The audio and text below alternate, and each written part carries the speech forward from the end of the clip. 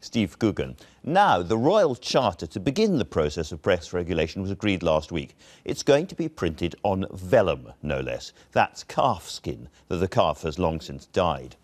Parliament and the public support the new system, but for most of the press regards it as a dangerous act of political interference. Which way we go is a genuinely important moment for Britain. And the woman in charge, Maria Miller, joins me now. Maria Miller, thank you for coming in. What actually happens now? You have your own system up and running. The press are going to ignore it completely. They have their own system, Ipsos. Are you going to make them join, or what happens?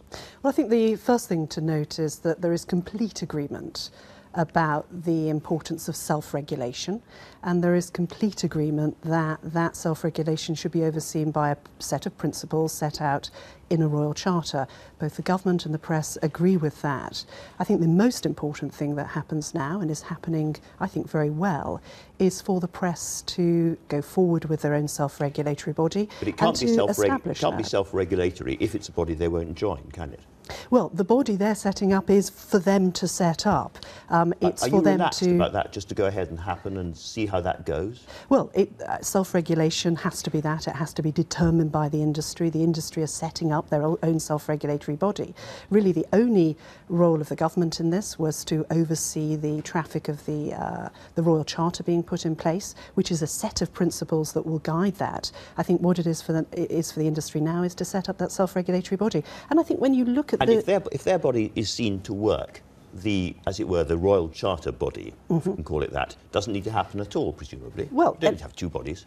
Well, no, the self-regulatory body needs to happen, and I think the press need to set that up, and they need to show that they are making real progress with the sort of £1 million fines and prominent apologies when things go wrong. But if they do, sorry to come back to this, you won't make them join the other body. No, I don't think it's right in a country that has at its heart freedom of the press and is it's an integral part of our democratic system. It's important that that is a self-regulatory approach. The reason I'm interested, this seems to me to be a change of tone from those people who were saying if the press doesn't join, they'll be facing huge swingeing fines, massive costs, and effectively they may be bankrupted, so they'll have to join our system or else. That's not what you're saying. Well, what I want to do is to guard against some of those people who are trying to foist upon this country statutory regulation, and ultimately that's what was happening in March of this year. And I think the best way to stave off that statutory regulation, which I'm afraid too many people in Parliament were free to talk about, is by having an effective system of self-regulation. I think the press appreciate that,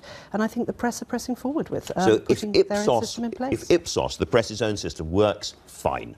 Nothing else needs to happen, if it works. Yes, and ultimately, yes, there are opportunities for the press to be able to be recognised, and I would encourage them to look at that, because it does mean that they can get the sort of incentives that were being talked about in the previous interview around costs and also exemplary damages. An organisation like Hacked Off, and indeed Steve Coogan, will be bitterly disappointed to hear you say that, because they thought the press were being pulled into a new system, come what may. Well, I think they need to examine what Lord Justice Leveson actually said, and he said very clearly that a sign of success would be to have a system where we could take both the public and the press with us, and that's been at the heart of the way I've approached this. And I do hope that the press see the Charter as an opportunity for them to, I think, really demonstrate to the people who read their newspapers that they take responsibility very seriously indeed in terms of what they print, the way they print it, and when errors and mistakes are made, that they have a system of redress in place. And I think what's advantageous about the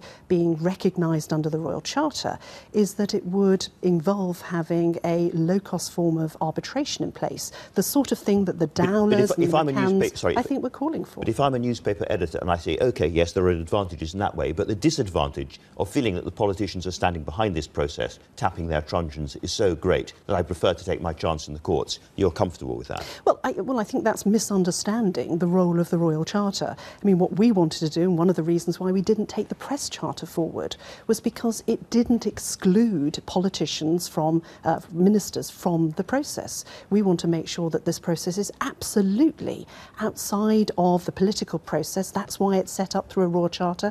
That's why the Royal Charter can only be varied if the regulatory panel Parliament agree. If the press's system works, the Royal Charter is redundant, really, because they've got their own system working up and functioning. Yeah, subject to them. Subject to them doing it. OK, yes, exactly. That's absolutely fascinating. Can I ask you about another big media issue? Grant Shapps, the Conservative Party chairman, said some pretty swingeing things about the BBC recently. Basically, there has to be really radical reform or you'll lose a big chunk of your licence fee to other broadcasts and so on. Do you broadly agree with that position? What I want to see is the BBC doing exactly what they're doing now, which is looking at a root and branch review of the governance. I think the thing that's happened over the last year, all the issues that have come to the surface, have really shown a weakness in understanding of the relative roles of the two different elements of the BBC. The work that Tony Hall has put in place to look at governance, I think, is exactly the right thing to be focusing on now. Other issues around licence fee and, those are for charter renewal, which is some way off in the future. Can I ask you about a few other arts-related questions? First of all, the discrepancy between per capita funding between London and the rest of the country seems absurd. I think it's 15 times per capita higher in London. Twice we could understand. 5 times might seem a bit much. 10 would be ridiculous. 15 times must infuriate people all around the country, from sort of Norwich to Glasgow to Edinburgh, wherever, where the arts are frankly being starved. It can't carry on, can it? Well, I think this imbalance in funding between London and the rest of the country, you're absolutely right. It's something that we've inherited, something that we're already doing something about. The Arts Council have already changed the balance of lottery funding to increase the amount going outside of London. But I think we also need to perhaps look in a little bit more detailed way at the sort of figures you're quoting. Because whilst you're right, the per head funding is as you've set out. When you look at the per visit funding, the situation is very different. And of course, the capital has a huge magnet effect for tourism. It's also incredibly important for our creative industries and a training ground for the future. I went to the National Theatre last night to see the 50th anniversary of that incredible institution, which has been at the heart of some of our great successes, both in film and in broadcast. We're right in the middle of kind of prize-giving season all across the arts at the moment.